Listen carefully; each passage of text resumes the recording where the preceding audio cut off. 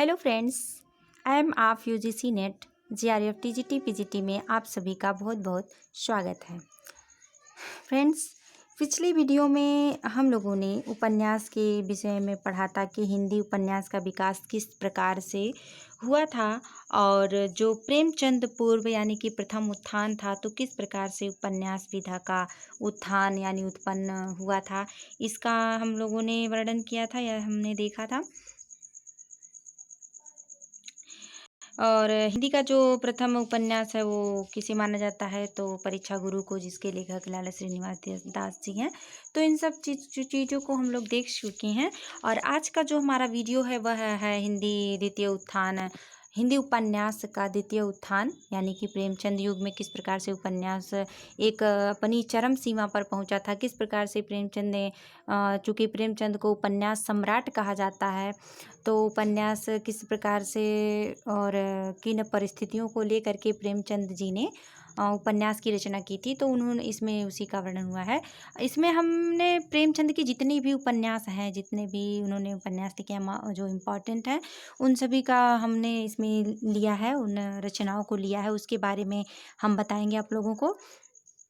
तो वीडियो को शुरू करने से पहले यदि आप हमारे चैनल पे नए हैं तो आप हमारे चैनल को सब्सक्राइब करें, पसंद आता है तो लाइक करें, अपने दोस्तों के साथ शेयर करें और एंडिंग में कमेंट करके हमें ज़रूर बताएं कि आपको हमारा ये वीडियो कैसा लगा। तो चलिए वीडियो को शुरू करते हैं। इसमें जो है प्रेमचंद युग यानी कि जो प्रेमचंद हैं, मुंशी प्रेमचंद जी, इनका जन्म 1880 ईस्वी में हुआ था और जो इनकी मृत्यु है वह 1936 ईस्वी में हुई थी। तो जो इनका जो जन्म है वो लमही में हुआ था, काशी के लमही ग्राम में हुआ था और इनकी मृत्यु 1936 में हुई थी। जो प्रेमचंद जी का जो बचपन का नाम था, इनका जो मूल नाम था वह धनपत राय था, किंतु वे नाम बदलकर नवाब राय बनारसी के नाम से लिखते थे। तो उर्दू में नवाब राय नाम से वो लिखते थे, तो उन्हें नवाब राय भी कहा जाता था। चूँकि यह जो थे वह पहले, इनका जो अधिकतर उपन्यास है वह उर्दू भाषा में ही लिखा गया है, लेकिन बाद में यह अपनी उस उर्दू भाषा को का रूपांतरण कर देते हैं हिंदी भाषा में, यानी अपने जितने भी उपन्यास हैं लगभग उन उपन्यासों को यह उर्दू से हिंदी भाषा में कन्वर्ट कर देते हैं। तो चलिए देखते हैं। धनपत राय को प्रेमचंद नाम उर्दू के लेखक दयानंद निगम ने दिया था। तो क्वेश्चन यहाँ ये उठता है कि धनपत राय को यानी कि प्रेमचंद जी का प्रेमचंद नाम किसने दिया, तो उर्दू के लेखक दयानारायण निगम जी ने दिया था। प्रेमचंद के उपन्यास सम्राट की संज्ञा बंगला कथाकार शरतचंद्र चट्टोपाध्याय ने दिया था। अब क्वेश्चन यहाँ एक और इम्पोर्टेंट ये बनता है कि प्रेमचंद को उपन्यास सम्राट की संज्ञा किसने दी थी, तो प्रेमचंद को उपन्यास सम्राट की संज्ञा बंगला कथाकार शरतचंद्र चट्टोपाध्याय ने दिया था। अब यहाँ पर हम देखेंगे प्रेमचंद द्वारा जो लिखे गए मूल यानी जो मूल रूप में उन्होंने उर्दू में उपन्यास लिखे थे उसे उन्होंने हिंदी में रूपांतरण किया, तो वो कौन कौन से हैं, तो इस प्रकार हैं।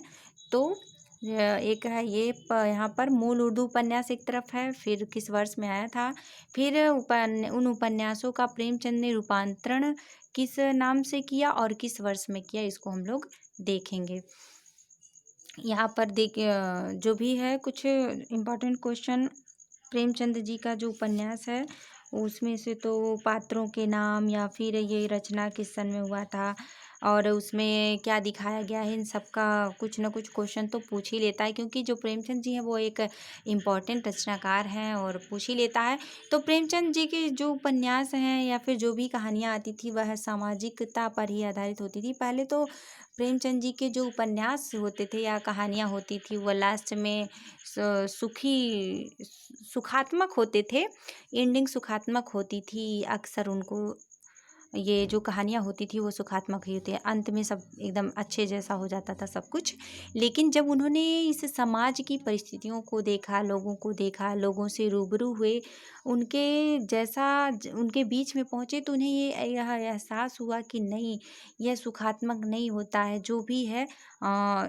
उन्होंने अपनी रचनाओं में उन्होंने यथार्थवादिता की भावना को व्यक्त करना प्रारंभ कर दिया। तो उनकी जो उपन्यास लेखन की परंपरा का प्रवर्तन से आदर्शोन्मुखी यथार्थवादी कहा जाता है। इंपॉर्टेंट क्वेश्चन है, पूछा भी गया कई बार कि किस कवि को आदर्शोन्मुखी यथार्थवादी कहा जाता है, तो प्रेमचंद को कहा जाता है। ये सब हम लोग आगे देखेंगे। तो चलिए अभी फिलहाल देखते हैं कि किन उपन्यासों का इन्होंने उर्दू में रचना किया था फिर उसे हिंदी में कन्वर्ट किया था। तो जो पहला है इनका असरारी मवाविद, असरारी मवाविद, यह सन 1903 ईस्वी में आई थी, 1903 से 5 के बीच में। और इसका इन्होंने रूपांतरण, हिंदी रूपांतरण देवस्थान रहस्य नाम से किया। यह 1905 ईस्वी में आया था। तो पहला इनका जो उपन्यास है असरारी मवाविद, वह 1903 से 5 के बीच आया था और इसका हिंदी रूपांतरण उन्होंने देवस्थान रहस्य के नाम से किया। सन 1905 वर्ष में इसको प्रकाशित करवाया या लिखा था। दूसरा जो इनका उपन्यास है हम खुरमा व हम सबाब, यह 1906 ईस्वी में आया था। हम खुरमा व हम सबाब, इसका जो हिंदी रूपांतरण उन्होंने किया प्रेमा अर्थात दो सखियों का विवाह के नाम से किया। तो हम खुरमा व हम सबाब इंपॉर्टेंट क्वेश्चन, क्योंकि ये पूछता है कि उर्दू उपन्यास का नाम दे देता है और कहता है, क्वेश्चन रहता है कि प्रेमचंद ने इसे किस नाम से रूपांतरित किया। तो हम खुरमा व हम सबाब, यह प्रेमा अर्थात दो सखियों का विवाह के नाम से सन 1907 में लिखा। अगला है कृष्णा, वेरी इंपॉर्टेंट, ये तो पूछा भी गया है। कृष्णा यह उर्दू नाम है, 1907 ईस्वी में आया था। इसका हिंदी रूपांतरण प्रेमचंद ने गबन के नाम से किया 1931 में। तो कृष्णा का हिंदी रूपांतरण गबन के नाम से 1931 ईस्वी में। अगला है जलवाए इशार, यह 1912 ईस्वी में आया था और इसका हिंदी रूपांतरण वरदान के नाम से सन 1921 ईस्वी में आया। तो जलवाए इशार सन 1912 ईस्वी में आया, हिंदी रूपांतरण वरदान नाम से 1921 ईस्वी में।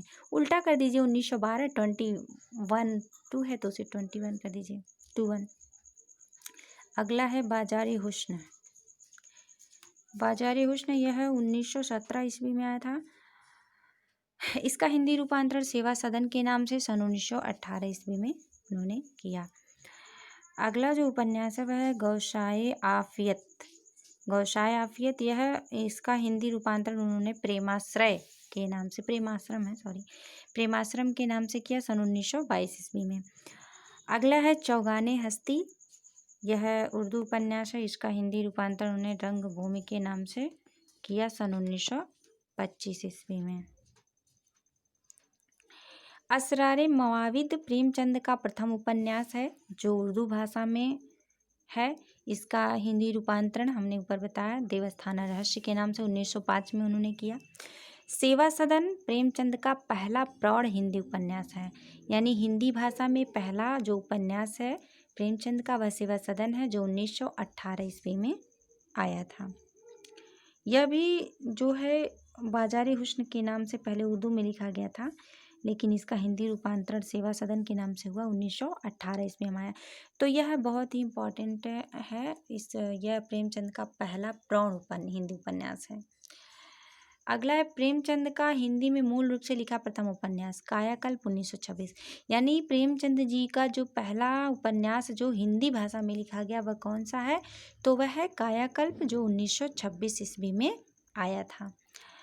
आगे सन 1907 ईस्वी में प्रेमचंद ने रूठी रानी नामक ऐतिहासिक उपन्यास की रचना की। हाँ, ये जो इनकी कहानी है रूठी रानी नाम से उन्होंने 1907 ईस्वी में किया था उपन्यास, इस ऐतिहासिक उपन्यास को जो रूठी रानी, हाँ 1907 ईस्वी में आया था, यह इनका ऐतिहासिक उपन्यास था। अब हम देखेंगे कि प्रेमचंद के जो हिंदी उपन्यास है वह रचनाक्रम के अनुसार किस प्रकार से हैं, कब रचना हुई थी, क्योंकि नेट के एग्ज़ाम में या हिंदी के जो भी इम्पॉर्टेंट पेपर्स हैं जैसे टीजीटी पीजीटी इन सब में भी अक्सर ये क्रम का क्वेश्चन ज़रूर ही पूछ लेता है। तो हम लोग अब देखेंगे प्रेमचंद के जितने भी यहाँ पर इम्पॉर्टेंट उपन्यास हैं वह किस सन में आए थे, इम्पॉर्टेंट उपन्यासों को देखेंगे। तो पहला देवस्थान रहस्य हमने पहले बताया सन 1905 ईस्वी में आया था, प्रेमा 1907 ईस्वी में आया। तो जो देवस्थान रहस्य है इसमें क्या वर्णन है, तो देवस्थान जो रहस्य है वो 1905 में आया था, तो लग ही रहा है देव स्थान यानी किसी देवता का ही वर्णन है। तो इसमें मंदिरों और तीर्थ के स्थानों में जो भ्रष्टाचार फैला हुआ था, जो पाखंड फैला हुआ था, उसकी आलोचना प्रेमचंद जी ने की है। तो देवस्थान रहस्य 1905 ईस्वी, इसमें मंदिर और तीर्थ स्थानों में जो भ्रष्टाचार और पाखंड फैला हुआ था उसका आलोचना इन्होंने किया है। अगला है प्रेमा, यह 1907 ईस्वी में आया था। प्रेमा में हिंदुओं में विधवा विवाह की समस्या का चित्रण किया गया है। तो प्रेमा हम खुरमा व हम सबाब नाम उर्दू में आया था और इसका हिंदी रूपांतरण प्रेमचंद जी ने प्रेमा नाम से किया, जो 1907 ईस्वी में आया था।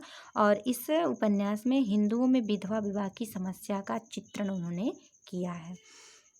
अगला है सेवा सदन, यह 1918 ईस्वी में आया था। और इस सेवा सदन उपन्यास में प्रेमचंद जी ने वेश्या जीवन से संबंधित समस्या का चित्रण किया है। यानी सेवा सदन में उपन्यास में प्रेमचंद जी ने वेश्या जीवन से संबंधित समस्याओं का चित्रण किया है। अगला है वरदान। वरदान यह 1921 ईस्वी में आया था। इसमें वरदान में प्रेम एवं विवाह की समस्या का चित्रण हुआ है। यानी प्रेमचंद जी ने वरदान उपन्यास में प्रेम और विवाह की समस्या को उठाया है। अगला जो है वह प्रेमाश्रम 1922 ईस्वी में आया था। प्रेमाश्रम गोसाए आफियत उर्दू नाम था पहले। 1922 में प्रेमाश्रम नाम से रूपांतरण किया प्रेमचंद जी ने। इसमें औपनिवेशिक शासन में जमींदार एवं किसानों के संबंध का चित्रण है। यानी औपनिवेशिक के में किस प्रकार से जमींदार एवं किसानों के एक दूसरे से संबंधित थे, इसका चित्रण उन्होंने किया है। अगला है रंगभूमि, यह 1925 ईस्वी में आया था। रंगभूमि इसमें औद्योगिकीकरण के दोष, पूंजीवादियों की शोषण नीति, अंग्रेजों के अत्याचार एवं भारतीय शिक्षितों की चरित्रहीनता का विश्लेषण व चित्रण किया है।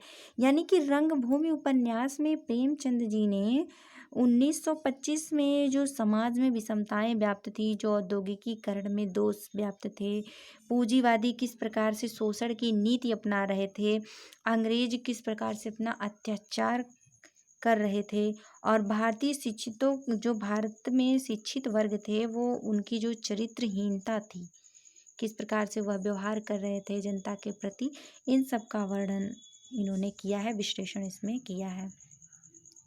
अगला है कायाकल्प, यह 1926 ईस्वी में आई थी। कायाकल्प पुनर्जन्म की धारणा पर समाज सेवा, राजा के अत्याचार, विलास एवं सच्चे प्रेम का चित्रण। यानी कायाकल्प जो 1926 में आया था, इसमें पुनर्जन्म की धारणा को दिखाया गया है, किस प्रकार से समाज में जन्म की जो धारणा व्याप्त है, और राजा के अत्याचार, विलासिता और सच्चे प्रेम का चित्रण इसमें हुआ है। अगला है निर्मला, यह 1927 ईस्वी में आया था।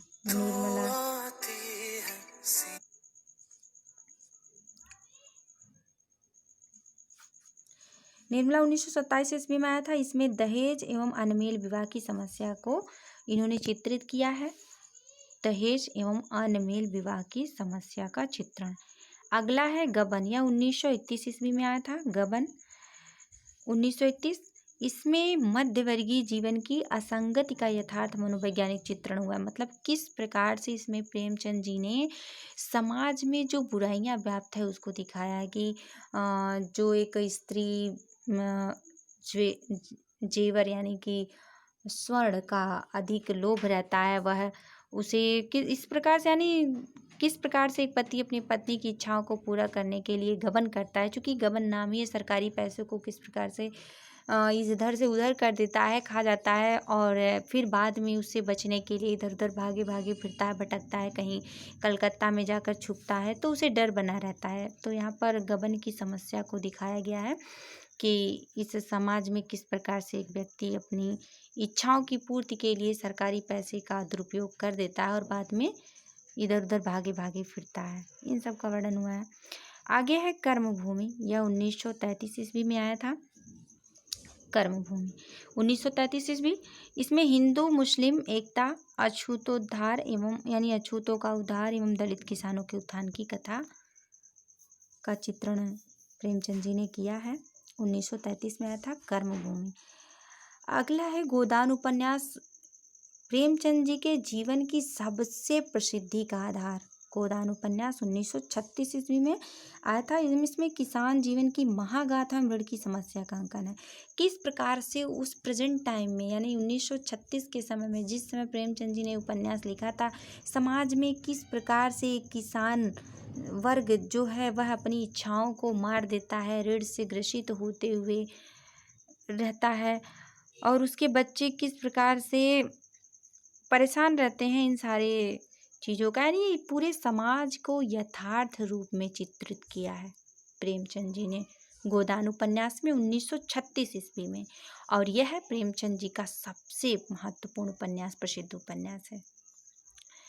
अगला है मंगलसूत्र उपन्यास। यह 1948 ईस्वी में आया था और यह क्वेश्चन कई बार पूछा है कि प्रेमचंद जी का उपन्यास मंगलसूत्र उपन्यास है, यह कैसा है, तो यह अधूरा उपन्यास है। इसी के बाद 1936 में ही प्रेमचंद की मृत्यु हो जाती है। तो प्रेमचंद ने सन 1929 ईस्वी में जो प्रेमा उपन्यास लिखा था उसको संशोधित करके प्रतिज्ञा शीर्षक से प्रकाशित करवाया। तो जो प्रेमा उपन्यास था उसका जो पहला नाम था हम खुरमा व हम सबाब, 1906 में उर्दू भाषा में आया था। फिर उसे प्रेमा नाम से प्रेमा और अर्थात दो सखियों का विवाह 1907 ईस्वी में रूपांतरित किया हिंदी भाषा में प्रेमचंद जी ने। फिर प्रेमचंद जी ने 1929 ईस्वी में प्रेमा उपन्यास को संशोधित कर दिया और उसका नाम प्रतिज्ञा शीर्षक से उसे प्रकाशित करवाया। प्रेमचंद ने आदर्शोन्मुखी यथार्थवादी उपन्यास लेखन की परंपरा का प्रवर्तन किया है। तो यह तो पूछा ही गया है कई बार कि प्रेमचंद जी के जो उपन्यास हैं वो किस प्रकार के हैं, किस परंपरा के हैं, तो आदर्शोन्मुख यथार्थवादी हैं। यहीं पे वीडियो एंड होता है। यदि आपको वीडियो हमारा पसंद आया हो तो लाइक करें, शेयर करें, कमेंट करके हमें बताएं कि आपको ये वीडियो कैसा लगा। और यदि चैनल पे नए हैं तो प्लीज़ चैनल को सब्सक्राइब करें, लाइक करें। वीडियो देखने के लिए आप लोगों का बहुत बहुत धन्यवाद। मिलते हैं अगली वीडियो में। Thank you so much.